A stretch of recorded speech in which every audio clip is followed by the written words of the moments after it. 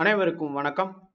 தமிழர் கலைகள் இந்த டாபிக்ல இருந்து கண்டிப்பாக குரூப் 2, குரூப் 2A, குரூப் 4 போன்ற எல்லா எக்ஸாம்ஸ்லயும் கொஸ்டின் கேட்பாங்க. குறிப்பா குரூப் 1ல அதிகபட்சமான கேள்விகள் கேட்க வாய்ப்புகள் உண்டு.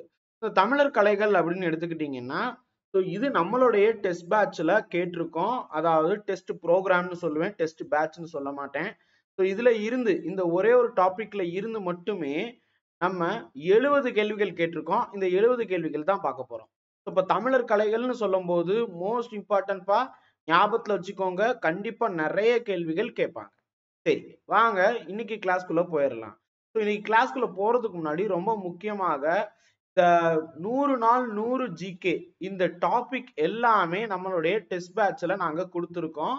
நீங்க இது வரைக்கும் ஜாயின் பண்ணலாம், ஜாயின் பண்ணுங்க. இதனுடைய ஆன்சர்ஸ் எல்லாமே PDF ஆவே உங்களுக்கு கிடைக்கும். நாங்க கொஸ்டின் ஆன்சர் வித் எக்ஸ்பிளனேஷனோடவே கொடுப்போம். 11ஆம் வகுப்பு எத்திக்ஸ்ல 4வது லெசன் தான் இந்த தமிழர் கலைகள். அப்ப 11th standard ethics. First question பாருங்க. பல்லவர் காலத்து கோயில்களில் உள்ள வாயிற்காவலர்களின் உருவங்களில் புடைப்பு சிற்பங்களாக உள்ளன. காரணம், கருவறையில் உள்ள சிற்பங்கள் மரத்திலாலோ சுதையாலோ செய்யப்பட்டிருந்தது. ரெண்டும் பாத்தீங்கன்னா சரியா தான் இருக்கு.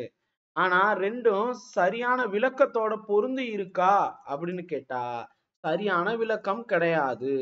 அப்ப ஆன்சர் ஆ. அடுத்த கேள்வி, சோழர் காலமே உலோக சிற்பங்கள் அல்லது செப்பு திருமேனிகளில் பொற்காலம் என அழைக்கப்படுகிறது.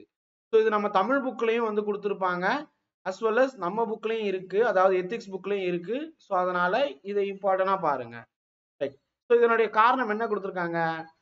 விஜயாலன், பராந்தகன், செம்பியன் மாதேவி, முதலாம் ராஜராஜன் ஆகியோர் காலத்து செப்பு திருமேனிகளின் வளர்ச்சிக்கு முக்கியத்துவம் கொடுக்கப்பட்டது. இங்க பாருங்க, ரெண்டுமே சரியானதுதான், சரியாக பொருந்தி இருக்கு. அப்ப ரைட் ஆப்ஷன் ஏ ரெண்டும் சரியான சரி மற்றும் ஆர் என்பது ஏவிற்கான சரியான விளக்கம். மூன்றாவது கேள்வி, பல்லவ மன்னன் மகேந்திரவர்மன் சித்திரக்கார புலி என்ற பட்டப்பெயர் இல்லைன்னா புனைப்பெயரை கொண்டிருந்தான். காரணம், மகேந்திரவர்மன் பல குகை கோயில்களை அமைத்து அக்குகை கோயில் சுவர்களில் சித்திரங்களை எழுத்துவித்தான். மேலும் அவனே ஓவிய கலையை பயின்றவன். அதனால் தான் சொல்லி கொடுத்திருக்காங்க. மகேந்திரவர்மன் பாத்தீங்கன்னா ஓவிய கலையில வல்லவனாக இருந்தாலும் குகை கோயில்கள்ல ஓவியங்கள் வரைவதாலையும் இவரை சித்திரக்கார புலி அப்படின்னு சொன்னாங்க. காரணம் கூற்று ரெண்டுமே சரியாதான் இருக்கு. Right option A. அடுத்தது பொறுத்துக டைப்ல கொஸ்டின் கொடுத்திருக்கோம். இந்த கொஸ்டின் பாருங்க, மோஸ்ட் இம்பார்ட்டன்ட் கொஸ்டின். ஃபர்ஸ்ட், நூலோர் சிறப்பின் முகில் தோய் மாடம். நூலோர் சிறப்பின் முகில் தோய் மாடம் கம்பர் அப்படின்னு கொடுத்திருக்காங்க. சரியானது கம்பர் வருமா அப்படின்னு பார்த்தா நம்ம ஸ்கூல் புக்ல இது என்ன கொடுத்திருக்காங்கன்னா இளங்கோவடிகள் தான் சொல்லியிருக்கிறாங்க. ஆயக்கலைகள் 64ஐயும் ஏய உணர்விக்கும் என் அம்மை, இது எதுல சொல்லி இருக்கிறாங்க அப்படின்னு கேட்டா ஆயக்கலைகள் 64ஐயும் ஏய உணர்விக்கும் என் அம்மை அப்படின்னு சொன்னது கம்பர். அப்ப ரெண்டாவதுக்கு 1 வரணும். அப்ப கம்பர் 2. அடுத்தது, அழகு கலைகள் 5 வகைப்படும். அழகு கலைகள் அப்படின்னு சொன்னா கட்டடக்கலை, சிற்பக்கலை, ஓவியக்கலை, இசைக்கலை, காவியக்கலை. இந்த 5ம் அப்படின்னு சொன்னது யாருன்னா மயிலை சி வேங்கடசாமி. அதனால இது 3. அப்ப ஆன்சர் பாத்தீங்கன்னா அ ஆ அப்படின்னு இருக்கணும். இங்க பாருங்க, இ அ ஆ. அப்ப option A is the right answer. அடுத்த கேள்வி, பொறுத்துக, கோயில் விமான உறுப்புகள் மனித உடல் உறுப்புகள் ரெண்டையும் கம்பேர் பண்ணி கொடுத்திருக்காங்க. அதிட்டானம், பித்தி, கண்டம், ஸ்தூபி இது எதனோட பொருத்தக்கூடியது. அதிட்டானம் அப்படிங்கிறது பாதத்தை சொல்லக்கூடியது. ஸோ 1 அப்படின்னு வரும். பித்தி அப்படின்னா கால் 2. கண்டம் என்றால் கழுத்து. நீங்க இத வச்சே நீங்க கெஸ் பண்ணிடலாம். நீலகண்டன். அப்ப கண்டம்னா கழுத்து அப்படின்னு சொல்லலாம். ஸ்தூபினா வந்து நிறைய சாஞ்சி ஸ்தூபி இந்த மாதிரிலாம் கேள்விப்பட்டிருப்போம். ஸ்தூபினா மகுடம். ஸோ இதனுக்கு ஆன்சர் வந்து பாத்தீங்கன்னா அகைன் அடுத்தது கட்டடக்கலை பாணி மற்றும் சிகர அமைப்பு இதை வந்து பொருத்தி ஒரு கொஸ்டின் கொடுத்துருக்கோம். ஸோ இதை பாருங்க, ரொம்ப இம்பார்ட்டன்ட் ஆனது. நாகரம் இது வந்து நகரா ஸ்டைல் அப்படின்னு சொல்லுவாங்க. திராவிட ஸ்டைல், நகரா ஸ்டைல், வேசரம் வெசரா அப்படின்னு இங்கிலீஷ்ல கொடுத்துருப்பாங்க. ஸோ இதெல்லாம் வந்து நீங்க என்சிஆர்டிலையும் படிச்சிருப்பீங்க, நம்மளுடைய எத்திக்ஸ் புக்லயும் இது சம்பந்தமான டீட்டெயில்ஸ் எல்லாம் கொடுத்துருக்காங்க. ஸோ அப்ப நகரா அப்படிங்கிறது இல்லைன்னா தமிழ்ல நாகரம் அப்படின்னு கொடுத்துருக்காங்க. ஸோ அப்ப நகரா ஸ்டைல் அப்படிங்கிறது எதன் தொடர்புடையது? இது வந்து சிகரத்தின் அமைப்பு வந்து 4 பாகங்களா கொண்டு சதுரமா அமைந்திருக்கும் விமானம் தான் இது வந்து நகரா அப்படின்னு சொல்லுவாங்க. ஸோ அப்ப என்ன ஆன்சர் வருது? 1க்கு இ வருது. 4 அப்படின்னு சொல்லி கொடுத்துருக்காங்க. ஸோ 1க்கு இ. அடுத்தது வேசரம். சிகரம் வந்து பாத்தீங்கன்னா வட்ட வடிவமா இருக்கும். இருப்பினும் அந்த விமானத்துல அப்படி வச்சிருப்பாங்க. ஓகேங்களா? சோ அப்ப வட்ட வடிவம் அப்படிங்கிறது வரும். சோ அப்ப வேசரா அப்படிங்கிறது வட்ட வடிவம். அடுத்தது திராவிடம் அப்படிங்கிறது நம்ம கோயில்கள் எல்லாம் பாத்தீங்கன்னா தமிழ்நாட்டுல எப்படி இருக்குன்னு பாருங்க. சிகரமானது 8 பட்டை அமைப்புடன் இருந்தால் அந்த விமானம் இருந்தால் அந்த விமானம் திராவிட விமானம் அப்படின்னு சொல்லுவாங்க. சோ அப்ப திராவிடம் அப்படிங்கிறது 8 பட்டை. அப்ப option A is the answer. Kanchi Kailasanathar கோயிலை கட்டியவர் யார்? ராஜசிம்மன். 8வது கேள்வி. பிண்டி, பிணையல், எழிற்கை, தொழிற்கை. ரொம்ப அழகான வார்த்தைகள். பிண்டி அப்படின்னா ஒரு கையால் காட்டப்படும் முத்திரை. இந்த பரதநாட்டியம் பாத்தீங்கன்னா பிண்டி அப்படின்னா ஒரு கையால் காட்டப்படும் முத்திரை. இது என்னன்னு சொல்லுவாங்கன்னா புறக்கூத்தில் தான் இதெல்லாம் இருக்கும். சோ அப்ப இங்க பாருங்க, 2 கையால், ஒரு கையால். சோ அப்ப பிண்டி அப்படிங்கிறது ஒரு கையால் சரியாதான் இருக்கு. பிணையல் அப்படிங்கிறது 2 கையால். நீங்க இந்த பந்த அந்த பூதங்களும் ஒளி வடிவாகும் அந்த பாட்டுல எல்லாம் இது வந்திருக்கும். பொதுவா பரதநாட்டியத்துல எல்லாம் இது வரும். அப்ப 2 கையால் காட்டப்படுவது இந்த பிணையல், அதாவது பிணையல் அப்படின்னு ஞாபகத்துல வச்சுக்கோங்க. எழிற்கை அப்படிங்கிறது அகக்கூத்தில் காட்டப்படுவது. இதுவும் தொழிற்கை என்பதும் அகக்கூத்தில் காட்டப்படுவதுதான். அதனால எல்லாமே சரியாக பொருந்தி இருக்கு. அடுத்தது 9வது பொறுத்துக. நிலம் பண். பண் என்றால் இசை அப்படின்னு சொல்லலாம். அப்ப இங்க குறிஞ்சி, முல்லை, மருதம், நெய்தல், பாலை 5 நிலங்கள் நம்ம வந்து பிரிப்போம். இதுல வந்து பாத்தீங்கன்னா மருதத்தை வந்து நம்ம கொடுக்கல. குறிஞ்சி, முல்லை, மருதம், நெய்தல், பாலையில இந்த 4 தான் கொடுத்திருக்காங்க. குறிஞ்சி, முல்லை, பாலை, நெய்தல். நெய்தல் அப்படின்னு சொல்றது நே சே செவ்வழிப்பண் அப்படின்னு ஞாபகத்துல வச்சுக்கோங்க. குறிஞ்சி அப்படிங்கிறது குறிஞ்சிப்பண் கரெக்டா தான் இருக்கும். பாலை அப்படின்னு சொல்றது பானாவுக்கு பஞ்சுரப்பண் அப்படின்னு வரும்.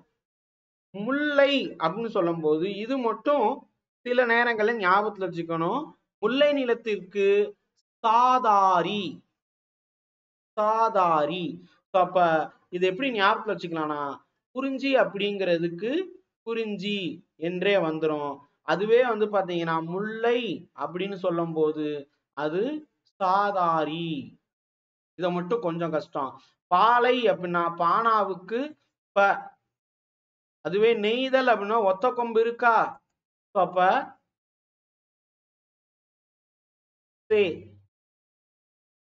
செவ்வழிப்பண்.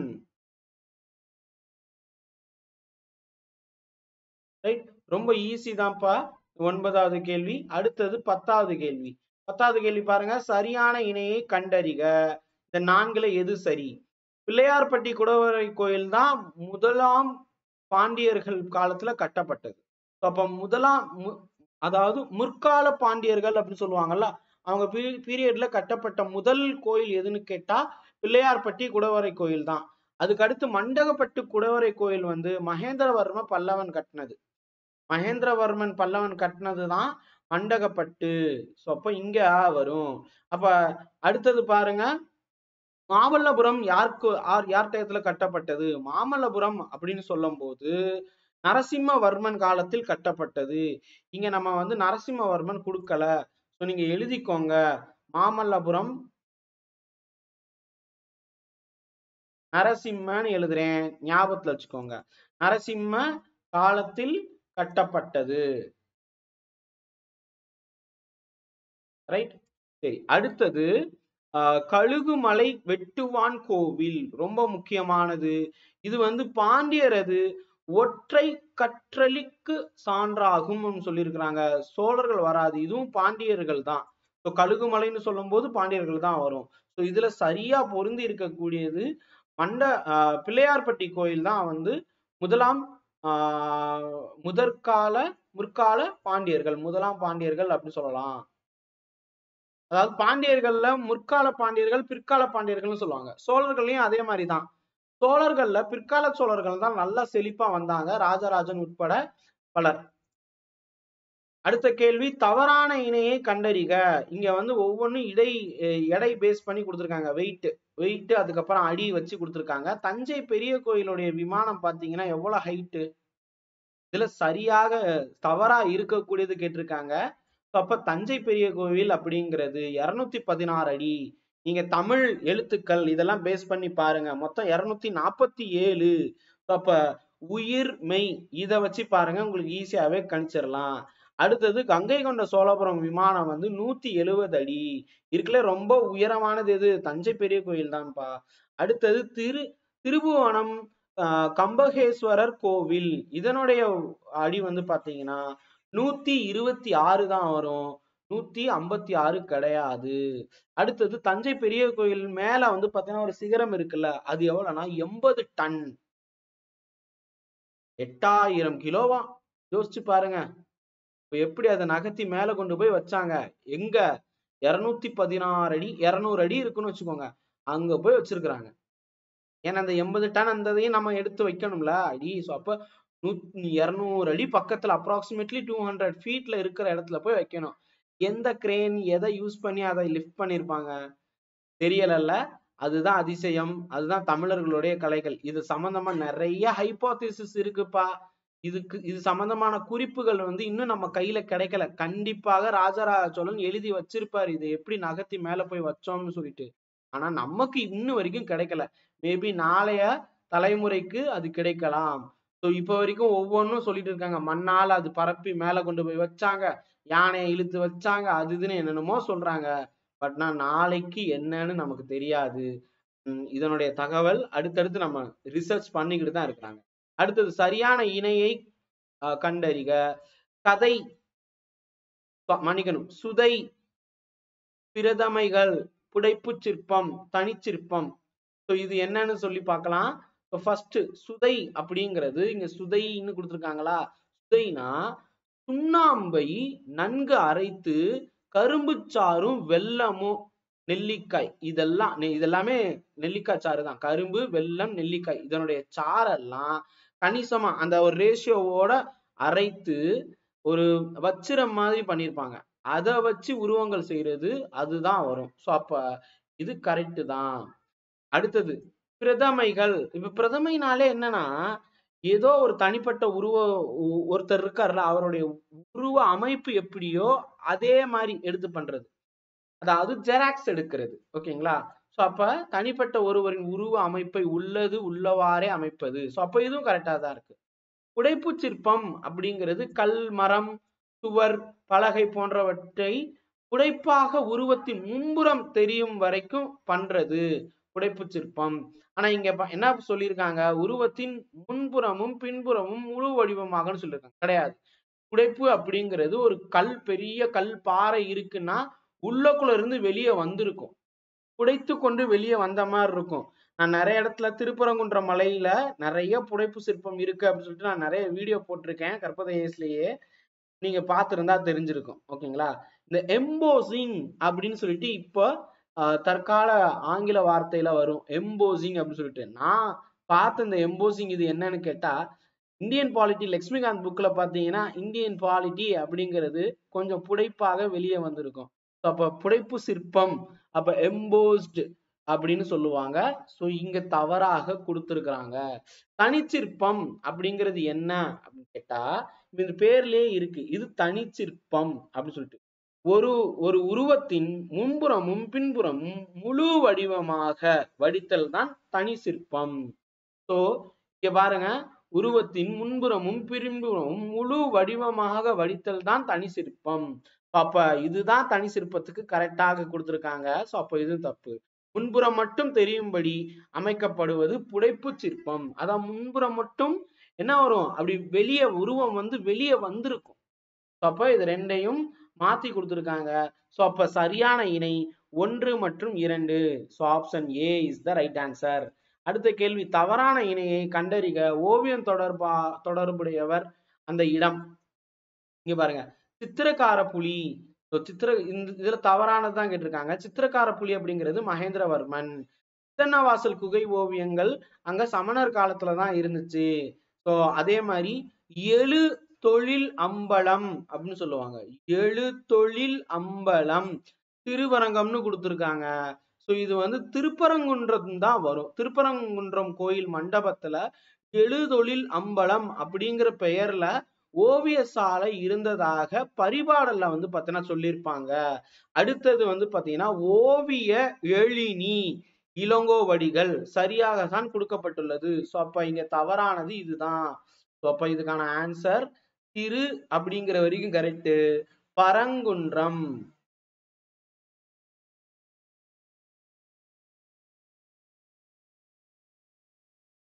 சரி, சரியான இணை விளையாட்டு அதனுடைய தொடர்புடைய அம்சங்கள். ஓகேங்களா? சோ இப்ப விளையாட்டுன்னு சொல்லும் போது இங்க அடுத்தும் இங்க பாருங்க இதுவும் கொடுத்திருக்காங்க. சோ அப்ப 2 3 சரியா இருக்க போகுது. ஃபர்ஸ்ட் ஏறு தழுவுதல், மாட்டோடைய கொம்பை பிடித்து முறுக்கி அடக்குதல்னு கொடுத்திருக்காங்க. கரெக்ட் தான். சிலம்பாட்டம் அப்படிங்கிறது வந்து தட்டு வர்ம சுவடு சரியாகத்தான் இருக்கு. அப்ப சிலம்பாட்டத்துல நிறைய வகை இருக்கு. அதுல தட்டுவர்ம சுவடு அப்படிங்கிறது ஒரு அடிமுறை உள்ளது. அடிமுறைங்கிறது தனி கிடையாது. சிலம்பாட்டத்துல தட்டு வர்ம சுவடு என்ற அடிமுறையும் உள்ளது. அடிக்கும் முறை அடிமுறை. சடுகுடு அப்படின்னு சொல்றது வந்து மூச்சு பிடித்து போடுறது. சடுகுடு சடுகுடு சடுகுடு. இப்ப கோகோ அப்படின்னு சொல்லுவாங்க. இல்லைன்னா வந்து கபடிய கூட சடுகுடு அப்படின்னு சொல்லுவாங்க. கபடி அது கூட சடுகுடு, கபடி கபடி கபடி கபடி கபடி கபடின்னு போவாங்க. சடுகுடு சடுகுடு சடுகுடு சடுகுடு மூச்சு பிடித்து ரெய்டுக்கு போறது. ஓகேங்களா? இளவட்ட கல் அப்படின்னா கயிறு வராது, கல் வரும். ஒரு பெரிய கல் இருக்கும், அதை தூக்கி வைக்கணும். நீங்க வந்து பாத்தீங்கன்னா விரும்புகிறேன் அப்படிங்கிற ஒரு திரைப்படத்துல அந்த கல்லு வரும். ஓகேங்களா? இளவட்ட கல் வரும். நான் வேணா பிக்சர் வைக்கிறேன். இதுதான் அந்த இளவட்ட கல். அப்படி தூக்கிட்டு கீழே இருக்கும் அந்த கல்லை, அதை எடுத்து இப்படி தூக்கி பின்னாடி தள்ளணும். ஓகேங்களா? சோ இதுதான் இளவட்ட கல். ஸோ அதுதான் தப்பா கொடுத்துருக்காங்க. ரைட்? ஸோ அப்ப 1 2 3 தவறு. 1 2 3 இதுதான் சரியா இருக்கு. இங்க ஆப்ஷன்ஸ் வைக்கிறதுல நாங்க தப்பு பண்ணிட்டோம். ஸோ தவறு. 1 2 3 மட்டும் சரி. அனைத்தும் சரி கிடையாது. 1 2 3 மட்டும்தான் சரி. இந்த இது தப்பு. வந்து தவறாக உள்ளது. இப்படி கொடுத்துருக்கணும். Typing mistake. 1 2 4ன்னு கொடுத்துருக்கோம். கொடுத்துருக்காது. அப்பதான் இங்க கரெக்டா வரும். 15வது கேள்வி, கீழ்கண்டவற்றில் குடவரை கோயில் பத்தி திருப்பி கொடுத்திருக்காங்க. இல்லாத இடம் என்ன? தஞ்சை பெரிய கோவில். மற்றதெல்லாமே குடைவரை கோயில் தான். மண்டகப்பட்டு, பிள்ளையார்பட்டி, மாமல்லபுரம் இதெல்லாம் நம்ம பார்த்திருப்போம். ரைட்? இதுக்கு முன்னாடி கொஸ்டின்ஸ்லயே நம்ம பார்த்தோம். கீழ்கண்டவற்றில் சோழர் கால கட்டடக்கலை அம்சம் அல்லாதது எது அப்படின்னு கேட்டிருக்காங்க. சோழர் கால கட்டடக்கலை அப்படின்னு சொல்லும் போது தஞ்சை பெரிய கோயில் பர்ஃபெக்ட் எக்ஸாம்பிள். இதுல மிக உயரமான விமானம் இருக்கும். தஞ்சாவூர் கோயில் கரெக்டா வருதா? அதே மாதிரி செங்கற்கோயில்களை கற்றளிகளாக மாற்றுதல், இதுவும் வந்து பார்த்தீங்கன்னா சொல்லலாம். அதே நேரத்துல ஆயிரங்கால் மண்டபம் அப்படிங்கிறது பாண்டியர் இடத்துல இருக்கும். ஆனா வந்து இங்க சோழர்ல இல்ல. நீங்க மீனாட்சி அம்மன் கோயில் பாருங்க, ஆயிரங்கால் மண்டபம் இருக்கும், 100 கால் மண்டபம் இருக்கும். ஆனா இது வராது. சோ கேரளாந்தகன் திருவாசல் அப்படிங்கிறது சோழர் கால கட்டடக்கலை தான். அது நீங்க திருப்ப இது அதாவது பெருவுடையார் கோயிலே போய் பாருங்களேன், பிக் டெம்பிள்லயே வந்து கேரளாந்தன் திருவாசல் இருக்கும். கேரளா போய் அந்த மன்னரை வெற்றி பெற்றதன் நினைவாக அந்த இதை வச்சிருப்பாங்க. ரைட். 1000 கால் மண்டபம் எழுப்புதல் விஜயநகர மற்றும் நாயக்கர் காலத்தில் தனி சிறப்பாக இருந்துச்சு, மத்த எல்லாமே சோழர்களுடையது. அடுத்த கேள்வி பாருங்க, கீழ்கண்டவற்றுள் சிற்பக்கலைக்கு பயன்படுத்தப்படாத பொருள் என்ன? காகிதம். பார்த்தாலே தெரியும், ஓரிகாமி தான் காகிதத்துக்கு வரும். அடுத்தது, கீழ்கண்டவற்றில் இசைக்கருவிகள் வடிக்கப்பாட்டில் சேராதது, வகைப்பாட்டில் சேராதது, இசைக்கருவில இது சேராது என்ன அப்படின்னு கேட்டா மின்சார கருவிகள்னு கொடுத்திருக்காங்க, இது மட்டும் வராது. அடுத்தது, கீழ்கண்டவற்றில் மாதவி எத்தனை ஆடி இருக்காங்க? 11 வகை ஆடலில் இல்லாதது எது? பரதநாட்டியம். மாதவி பரதநாட்டியமே ஆடலப்பா, இப்ப மத்ததுதான் ஆடி இருக்கிறாங்க. ரைட். அடுத்தது, மாதவி வந்து பாத்தீங்கன்னா அல்லியம், கொடுக்கொட்டி, குடைக்கூத்து, குடக்கூத்து, பாண்டரங்கம், மல்லியம், துடி, கடையம், பேடு, மரக்கால், பாவை, இந்த மாதிரி 11 வகை இத ஆடி இருக்கிறாங்க. பரதநாட்டியம் அப்படிங்கிறது ஒரு பொதுவான நடன வடிவத்தின் பெயர் தான், அதை அவர் ஆடவில்லை. 20வது கேள்வி, மணிமேகலை காப்பியத்தில் குறிப்பிடப்படும் கலைகளில் எண்ணிக்கை என்ன? இப்பதான் பார்த்தோம், ஓகேங்களா? சோ ஆனா இப்பதான் என்ன பார்த்தோம், 11 தான் ஆடி இருக்காங்கன்னு பார்த்தோம். ஆனா காப்பிய கலை மொத்தம் எத்தனை? 64. ஓகேங்களா? சோ மணிமேகலை காப்பியம் கலைகள் 64 அப்படின்னு சொல்லியிருப்பாங்க. சோ பாயக்கலைகள் 64 அப்படிங்கிறது எதுல குறிப்பிட்டிருக்காங்கன்னு கொஸ்டின்ஸ் வரும். அடுத்தது இங்க பாருங்க, இது நம்ம ஏற்கனவே பார்த்திருக்கோம், உங்களுக்கு தெரியும்னா கமெண்ட் பண்ணுங்க. இந்த கொஸ்டின் நம்ம ஏற்கனவே பார்த்துட்டோம், ஆனா அதுல மேட்ச் த ஃபாலோயிங்ல பார்த்தோம். அப்ப நான் வந்து எக்ஸ்பிளைன் பண்ணியிருப்பேன். இந்த 21வது கேள்வி நான் இப்பதான் கொஞ்ச நேரம் முன்னாடி எக்ஸ்பிளைன் பண்ணியிருப்பேன். இதே ஆப்ஷன் தான் இருக்கும், தொல்காப்பியர் மட்டும் வர மாட்டாரு. மத்த 3 வச்சு நான் ஒரு கொஸ்டின் கொடுத்துருக்கேன்ப்பா மேட்ச் த ஃபாலோயிங்ல. உங்களுக்கு ஆன்சர் தெரியும்னா கொஸ்டின் நம்பர் போட்டு சொல்லுங்க. ரைட். அடுத்த கேள்வி, பழங்காலத்தில் கோயில்கள் பெரும்பாலும் எவ்வகை பொருள்களால் கட்டப்பட்டன என்பதற்கு சான்றாக சிதம்பரம் நடராஜர் கோயில் உள்ள சபாநாயகர் மண்டபம் விளங்குகிறது. எது? மரம். கிபி 7ஆம் நூற்றாண்டில் மண்டகப்பட்டு என்னும் இடத்தில் முதல் குடவரை கோயிலை அமைத்தவர் யார்? மண்டகப்பட்டுல குடவரை கோயில் அமைச்சது யாருன்னா மகேந்திரவர்மன். பாகுபலி பல்லவன், மகேந்திரவர்ம பல்லவன். கருங்கற்களை ஒன்றின் மேல் ஒன்றாக அடுக்கி சுண்ணம் சேர்க்காமல் கட்டடங்களுக்கு என்ன பெயர்? அதாவது சுண்ணம்னா இங்க வந்து சிமெண்டிங் ஆர் ஒற்ற விஷயத்தை தான் சுண்ணம் அப்படின்னு சொல்லுவாங்க, சுண்ணாம்பையும் சொல்லலாம். ஓகேங்களா? கற்றளிகள் அப்படின்னு சொல்லுவாங்க. கற்றளிகள் தான் என்னன்னு சொல்லுவோம்னா ஒண்ணுக்கு மேல ஒண்ணு அடிக்கிட்டு சுண்ணாம்பு சேர்க்காம, சுண்ணம்னா ஒற்றதுன்னு ஞாபகத்துல வச்சுக்கோங்க. உங்களுக்கு புரிதலுக்காக நான் சுண்ணாம்புன்னு சொல்றேன். ஆக்சுவலா அது வந்து இந்த வாட்டர் வாஷ் பண்ற மாதிரி இல்லைன்னா ஒயிட் வாஷ் பண்ற மாதிரி சுண்ணாம்பு கிடையாது, அது சுண்ணம். ஓகேங்களா? சிமெண்டிங் தான் சொல்றாங்க, பேஸ்டிங் அதை வந்து சுண்ணம்னு சொல்லுவாங்க. ரைட். அடுத்த கேள்வி பாருங்க, இந்திய கோயில் கட்டடக்கலையில் சிகரம் வட்ட வடிவமாக இருப்பின் அது எவ்வாறு அழைக்கப்படும்? நம்ம பார்த்தோமா, ஏற்கனவே பார்த்துட்டோம், ஃபர்ஸ்ட் கொஸ்டினே நினைக்கிறேன். ரைட்டா? நம்ம 25வது பாக்குறோமா? இதுல ஐ திங்க் ஃபர்ஸ்ட் ஆர் இங்க பாருங்க, இதுல இருக்கு. ரைட்டா? 6வது கேள்வி. ரைட். அதே மாதிரி நம்ம இந்த இதுக்கு முன்னாடி பார்த்தோமா, இங்க பாருங்க பொறுத்துக்க, இதுலதான் நான் வந்து சொல்லியிருப்பேன் இந்த அழகு கலைகள் 5 எத்தனை, யாரு, என்னென்ன அப்படின்னு சொல்லிட்டு சொல்லியிருப்பேன். ரைட்டா? 21க்கு கரெக்டா சொல்லுங்கன்னு சொல்லிட்டு. இப்ப இந்த கொஸ்டின் பாருங்க, 25க்கு நான் ஆன்சர் ஏற்கனவே சொல்லிட்டேன், அந்த மேட்ச் த ஃபாலோயிங்லாம் வந்துருச்சு. தெரியும்னா கொஸ்டின் நம்பர் 25ன்னு போட்டு ஆன்சரை சொல்லுங்க. இதுலயும் நான் ஒரு ஆப்ஷனை நான் எலிமினேட் பண்ணிடுறேன், மிச்சம் 3ல எதுவா இருக்கும்? ரைட். 26வது கேள்வி, கோயில் விமானத்தில் 6 உறுப்புகள்ல கழுத்து பகுதியை என்னன்னு சொல்லுவோம்? நான் பார்த்து விட்டோம். கழுத்து அப்படின்னு சொல்லும் போது சிவனுடைய ஒரு பெயரை வச்சு நான் சொல்லியிருப்பேன். தெரியும்னா சொல்லுங்க. அடுத்தது 26ன்னு சொல்லி கமெண்ட் பண்ணுங்க.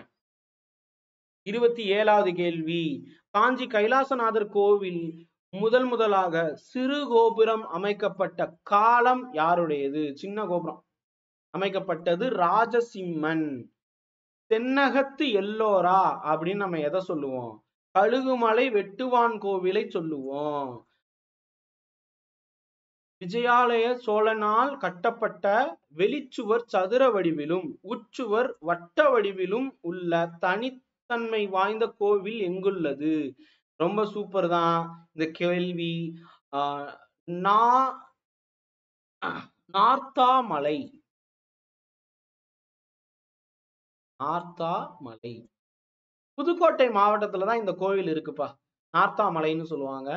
ஸோ இது வந்து வெளிச்சுவர் வந்து வட்டமா இருக்கும், உள்ள வந்து கட்டமா இருக்கும். ஓகேங்களா? ஸோ சுவர் வந்து பாத்தீங்கன்னா சதுர வடிவத்துல.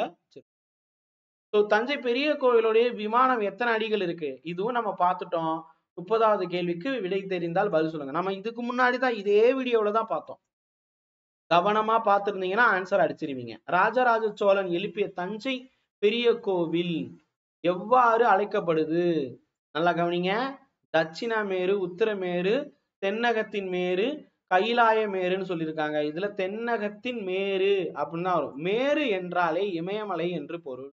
ராஜராஜ சோழன் எழுப்பிய தஞ்சை பெரிய கோவில் தென்னகத்தின் மேரு என்று அழைக்கப்படும் சிறப்பை பெற்றதாகும்.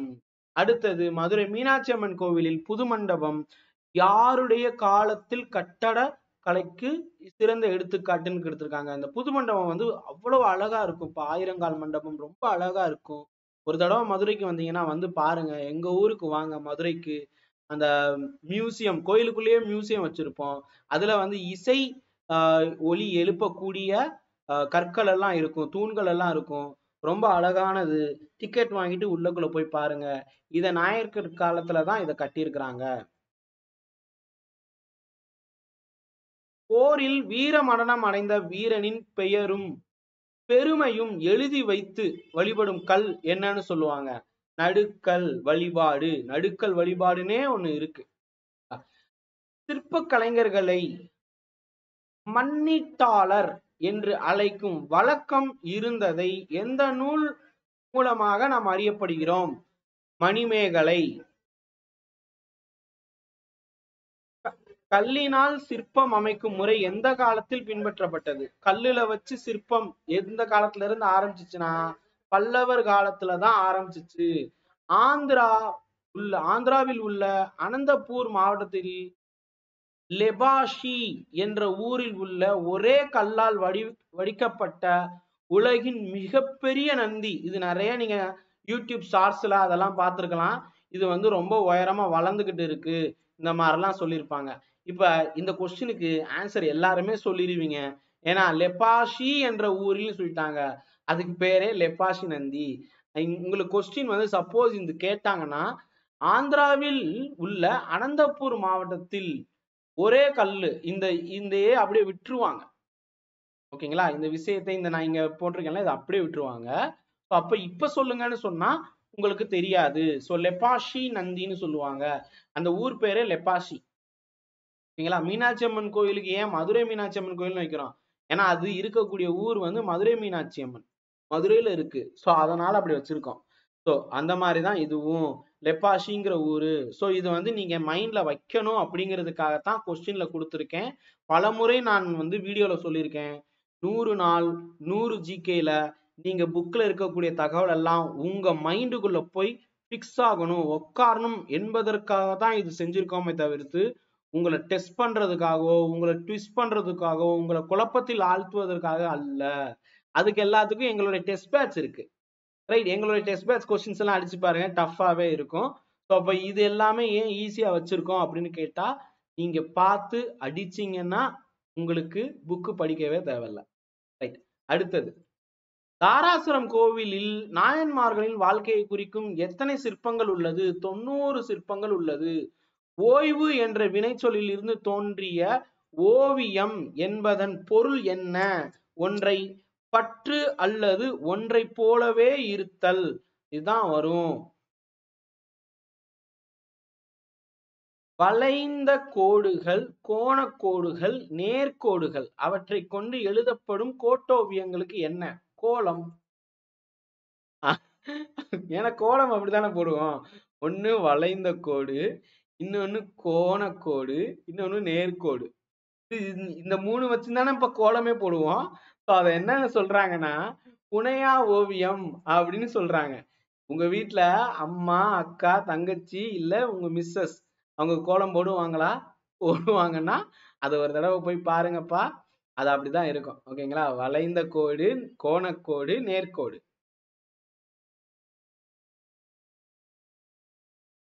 நீங்க பாருங்க, சூப்பர் கொஸ்டின், கண்டிப்பா கேட்பாங்க. தலையாலங்கானத்து தெருவென்ற பாண்டிய நெடுஞ்செழியன் அவருடைய அரண்மனையில சித்திர மண்டபம் இருந்ததை எந்த நூலில் நக்கீரர் சொல்றாரு? நக்கீரர் சொன்னாலே அது நெடுநல் வாடை. சரிங்களா? தலையானங்கானத்து செருவென்ற பாண்டிய நெடுஞ்செழியன் அரண்மனையில் அந்த சித்திர மண்டபம் இருந்ததை நெடுநல் வாடையில நக்கீரர் குறிப்பிடுகிறார். சித்தன்னவாசல் கோயில் ஓவியங்கள் எந்த நூற்றாண்டை சார்ந்தது? 7 to 8, 7ஆம் நூற்றாண்டு முதல் 8ஆம் நூற்றாண்டு வரை. துணிகளில் வரையப்பட்ட ஓவியங்களுக்கு என்ன பெயர்? அந்த படத்துல பார்த்திருக்கீங்களா? எது? மதராசப்பட்டினம் அந்த படத்துல வரும். அப்ப அது வந்து பாருங்க, சித்திர படம். மராட்டிய மன்னன் சரபோஜியின் காலத்தில் தஞ்சாவூரில் வளர்ச்சி பெற்ற ஓவிய வகை என்ன அப்படின்னு கேட்டா தான் அதுக்கு பேரே தஞ்சாவூர் ஓவியங்கள் அப்படின்னு சொல்லுவாங்க. இது வந்து மராட்டிய மன்னன் சரவேஜர் காலத்தில் பெரும் வளர்ச்சி பெற்றது. இது வந்து ரொம்ப ஃபேமஸாவே இப்பயும் இருக்கு. நீங்க தஞ்சாவூர் போனீங்கன்னா தஞ்சாவூர் பெயிண்டிங்னே சொல்லுவாங்க. சரி, இப்ப அடுத்தது ஏழிசை ஏழ் நரம்பில் ஓசையே என்ற திருப்பதிக தொடர் மூலம் இசை எத்தனை அப்படின்னு சொல்லியிருக்காங்கன்னா 7. 7 ஸ்வரங்களில் எத்தனை பாடல்கள்? எல்லாமே 7 தான். 7 ஸ்வரத்துக்குள்ளேயே எல்லாமே வரும். சரி கம பத நி, சரி கம பத நி. இந்த 7 வச்சுதான் எல்லா பாடலுமே இருக்கு. ஏஆர் ரஹ்மான் போட்டாலும் சரி, இளையராஜா போட்டாலும் சரி. அடுத்த கேள்வி, மோஸ்ட் இன்ட்ரெஸ்டிங் கொஸ்டின். மிடற்றினால் குரலும் நாவினால் துத்தமும் தோன்றுவது போல் மூக்கால் தோன்றும் இசை என்ன? எப்படி? அது மிடற்றினால் குரலும், குரல்ல இருந்தும் நாவினால் துத்தமும் வர்ற மாதிரி மூக்கால என்ன இசைன்னு கேட்டிருக்காங்க. தாரம். எப்படி? துளைக்கருவிகள் தொன்மையானது எது? கருவிகளே தொன்மையானது அப்படின்னு மட்டும்தான் உங்களுக்கு டிஎன்பிஎஸ்சில கொடுப்பாங்க. ஓகேங்களா? யாழ், யாழ் வந்து துளைக்கருவியா? யோசிச்சு பாருங்க. மத்தளம் அது துளைக்கருவியா? குழல், சங்கு, இந்த ரெண்டுல எது துளைக்கருவி? குழல் தான், புல்லாங்குழல் தான். இங்க உங்களுக்கு ஹிண்ட் மாதிரி கொடுத்துருக்கோம் பாருங்க. இது புல் வகையான மூங்கிலால் செய்யப்பட்டதால் வேயங்குழல் என்றும் புல்லாங்குழல் என்றும் அழைக்கப்பட்டது அப்படின்னு கொஸ்டின்லயே ஆன்சரை வச்சு கொடுத்துட்டோம். So again I repeat, this is for memorising பிராக்டிஸ்க்காகவே இருக்கக்கூடிய ப்ரோக்ராம். இது பேட்ச்னு கூட நாங்க சொல்ல மாட்டோம். This is program for easy memorising. வில் நானில் ஓசையை கேட்டு அதன் இசை நுட்பத்தை உணர்ந்து உருவாக்கப்பட்ட நரம்பு கருவி எது? வில் யாழ். வில் யாழ். வில் யாழ் ஓசை வந்து பாத்தீங்கன்னா அந்த வில் அம்பு எல்லாம் விடுவாங்கப்பா. அப்ப அந்த வில் யாழ் வந்து வில் நாணில் வந்து பாத்தீங்கன்னா ஒரு ஓசை வந்துச்சான். அதை வச்சு பண்ணிருக்கிறாங்க. ரைட்டா? அந்த அந்த நீளத்தை கூட்டினாலும் குறைஞ்சாலும் அந்த ஓசை வந்து மாறுது. அப்ப அதை வச்சு ஒண்ணு பண்ணுவோமேன்னு சொல்லிட்டு பண்ணிருக்கிறாங்க. அடுத்தது, தோல் இசை கருவிகளின் தாயாக கருதப்படுவது பறை. இது தொல்காப்பியர் வந்து பாத்தீங்கன்னா இசைக்கருவிகள் அப்படிங்கறதுல பறை பத்தி பேசியிருக்காரு. எல்லா இசைக்கருவிகள்லயும் தோல் இசைக்கருவியின் தாய் பறை. அறிவனார் இயற்றிய தற்போது நமக்கு கிடைத்துள்ள இசை நூல் எது? பஞ்சமரபு. யாழ் என்னும் இசைக்கருவிகளை மீட்டுவதில் வல்லவர்கள் யார்? யாழ் இசை மீட்டுவதில் வல்லவர் யாழ்ப்பாணர்கள். அந்த ஊர் பேரே இப்ப மாத்திட்டாங்க, ஜாஃப்னான்னு மாத்திட்டாங்க. யாழ்ப்பாணம், யாழ்ப்பாணர்கள் யாழ் மீட்டுவதில் வல்லவர்கள். இலங்கையில் இருக்கின்றது பெயரை தற்போது தமிழை மறைப்பதற்காக ஜாஃப்னா என்று மாற்றப்பட்டுள்ளது. சரி, அடுத்தது இப்ப பாருங்க, பண் சுமந்த பாடல் என்று கூறியவர் யார்? தேவாரம்னு சொல்றோம்ல, இப்ப தேவாரங்களை வந்து பாத்தீங்கன்னா பண் சுமந்த பாடல்னு சொன்னது மாணிக்க வாசகர். தேன் கூட்டல் ஆரம். குடும்பியான்மலை கல்வெட்டுல இறுதியால் காணப்படும் எட்டிற்கும் ஏழிற்கும் இவையுரிய என்ற தொடர் எந்த இசையை பற்றி சொல்லுது? சங்கீரணம். சங்க காலத்தில் வேலன் ஆடும் கூத்து எவ்வாறு அழைக்கப்பட்டது? வேலன் அப்படின்னா வேலவன், ஓகேங்களா? சொல்லலாம். சோ வெறிக்கூத்து. நிறைய பேர் வள்ளி கூத்துன்னு நினைப்பீங்க, கிடையாது, அது வள்ளி கூத்து நம்ம போடுறது. ஓகேயா? வெறிக்கூத்து, வேலவன் கூத்து, வெறிக்கூத்து. அடுத்தது, நடனக்கலையை கற்பிக்கும் ஆசிரியர் எவ்வாறு? டான்ஸ் மாஸ்டர் அப்படின்னு சொல்லக்கூடாது, ஓகேங்களா? சொல்லுங்க, நடனக்கலையை கற்பிக்கும் ஆசிரியர் எவ்வாறு அழைக்கப்பட்டார்? பாணர், விரலியர், கூத்தன். நிறைய பேர் தப்பா கூத்தன் அடிப்பீங்க. கூத்தன் வந்து கூத்தாடுபவர் கூத்தன். நடனக்கலையை கற்பிக்கும் ஆசிரியர் தலைக்கோல் ஆசான் என்று அழைக்கப்பட்டார். ஆசானே அப்படின்னே சொல்லுவாங்க, ஆனா தலைக்கோல் ஆசான். அடியார்க்கு நல்லார் கருத்துப்படி இசையுடன் கதை தழுவி வரும் பாட்டிற்கான நடனம் என்ன? நாடகம். கண்ணன் யானையின் தந்தத்தை ஒடித்ததை காட்டும் ஆடல் எது? அல்லியம். யார் ஆடினது? மாதவி ஆடி இருப்பாங்க. மணிமேகலையில வந்திருக்கும். முதலாம் மகேந்திரவர்மன் தனது எந்த நூலில் சிவபெருமானின் தாண்டவங்களை பற்றி குறிப்பிடுகிறார்? மோஸ்ட் இம்பார்ட்டன்ட் கொஸ்டின் கேட்பாங்க. மத்த விலாச பிரகாசம். மத்த விலாச பிரகாசம் முதலாம் மகேந்திரவர்மன். நிறைய தடவை கேள்வி கேட்டிருக்காங்க. சோழர் காலத்தில் சாகை கூத்து ஆடும் ஒருவருக்கு சாகை மாராயன் என்ற பட்டம் வழங்கிய மன்னன் யார்? ராஜேந்திர சோழன். ராஜேந்திர சோழன். திருவிடை மருதூர்னு ஒரு ஊர்ப்பா.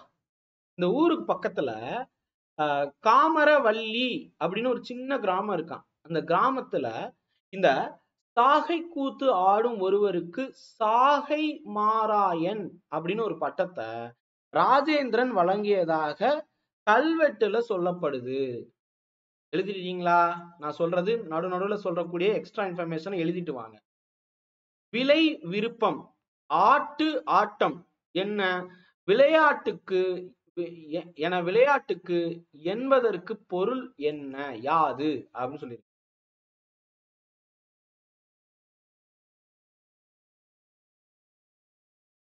இது வந்து இந்த சொற்றொடர் எதுல அமைஞ்சிருக்குன்னா தொல்காப்பியத்துல இருக்கு. ரைட். இந்த பொருள் கூறுவது எது என்றால் தொல்காப்பியம். சோ விளையாட்டு என்பது விரும்பியாடும் ஆட்டு. விலைனா விருப்பம், ஆட்டுனா ஆட்டம். அப்ப விளையாட்டுனா விரும்பி ஆடுவது. நேரடியாக இது வந்து குறிப்பிடப்பட்டிருக்கு. ஆனால் தொல்காப்பியத்தில் உள்ளதாக நம்ம புக்ல சொல்லியிருக்கிறாங்க. ஆனா தெளிவா வேற சில இடத்துல எல்லாம் எடுத்து பார்க்கும்போது தெளிவான விளக்கம் இல்லை. தொல்காப்பியத்தில் விளையாட்டு பற்றி குறிப்பிட்டிருக்காங்க. அவ்வளவுதான், தொல்காப்பியம்னு எழுதிக்கோங்க. பிள்ளைத்தமிழ் பெண்கள் விளையாடும் விளையாட்டுகளாக குறிப்பிடுபவை எவை? சிற்றில், ஊசல் இதெல்லாம் வரும். முல்லைக்களியில் எந்த வீர விளையாட்டு பற்றி குறிப்பிடப்படுகிறது? முல்லைக்களி அப்படின்னு சொல்லும் போது குறிஞ்சி, முல்லை, மருதம், நெய்தல், பாலை. இப்ப முல்லை அப்படின்னு சொல்லும் போது ஏறு தழுவுதல் வரும். ஜல்லிக்கட்டு காலையில கொம்பில் கட்டப்படும் நாணயங்கள், இந்த பெயர் பாத்தீங்கன்னா எப்படி இருக்குன்னு பாருங்க. இந்த நாணயங்கள் என்னன்னு சொல்லுவாங்க. அந்த நாணயத்தை வச்சுதான் அந்த அந்த விளையாட்டுக்கே பெயர் வந்துச்சு. ஓகேங்களா? இங்க ஜல்லிக்கட்டுன்னு கொடுக்காம ஏறு தழுவுதலில்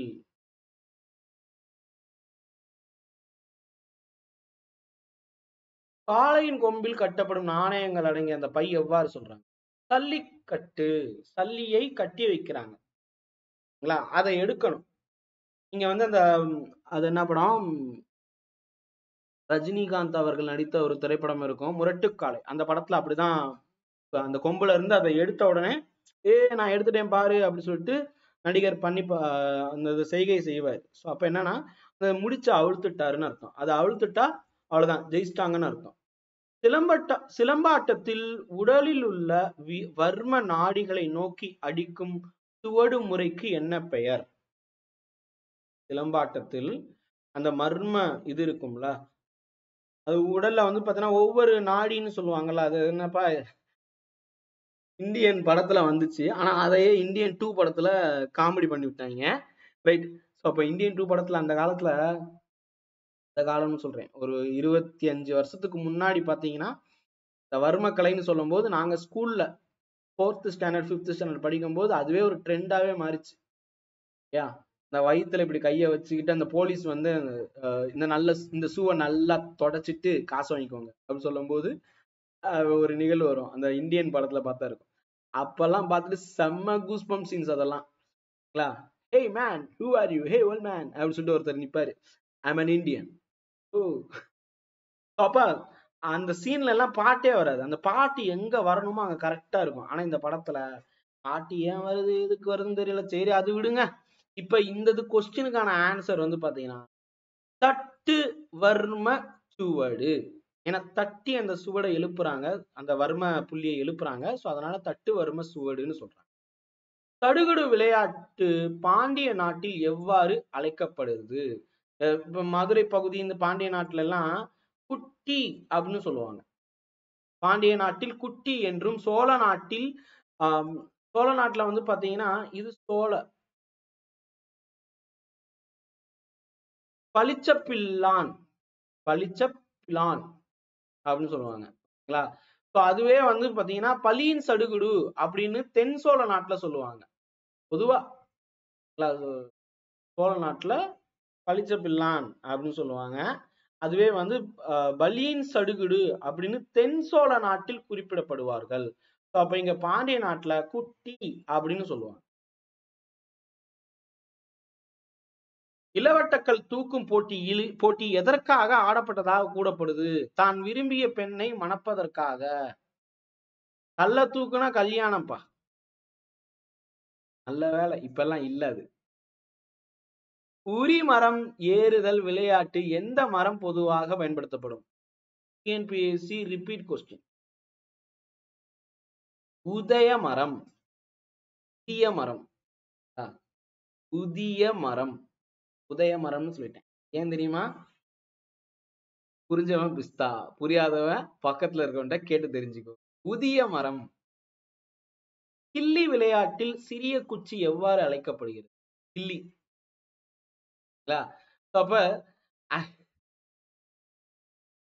சிறிய குச்சியத்தான் கில்லின்னு சொல்லுவாங்க. பெரிய குச்சிய தாண்டல் அப்படின்னு சொல்லுவாங்க. ஓகேங்களா? சோ இப்ப இது வந்து சிறிய குச்சி அப்படின்னு சொல்லும் போது கில்லி தான் வரும். இப்போ கொஸ்டினை மாத்திக்கோங்க. கில்லி விளையாட்டில் பெரிய குச்சி எப்படி சொல்றாங்க?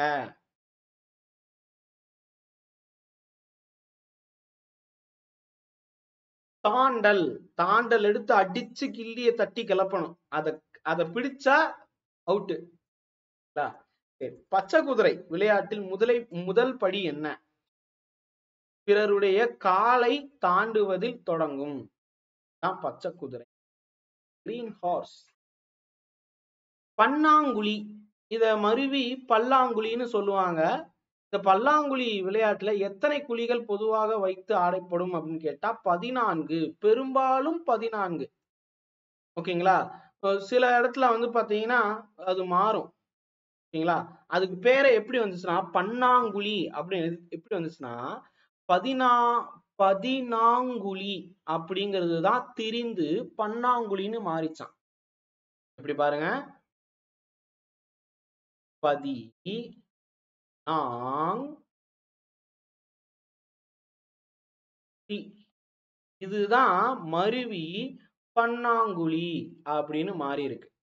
அதை என்ன பண்ணிட்டோம், பல்லாங்குழின்னு மாத்திட்டோம் நம்ம. அடுத்தடுத்து மருவி திரிந்தது வந்து இப்படிதான். ஓகேங்களா. அடுத்தது கடங்க விமானம் என்பது எத்தனை உறுப்புகளை குறிக்கும்? கடைசி கொஸ்டின். 6 உறுப்புகளை.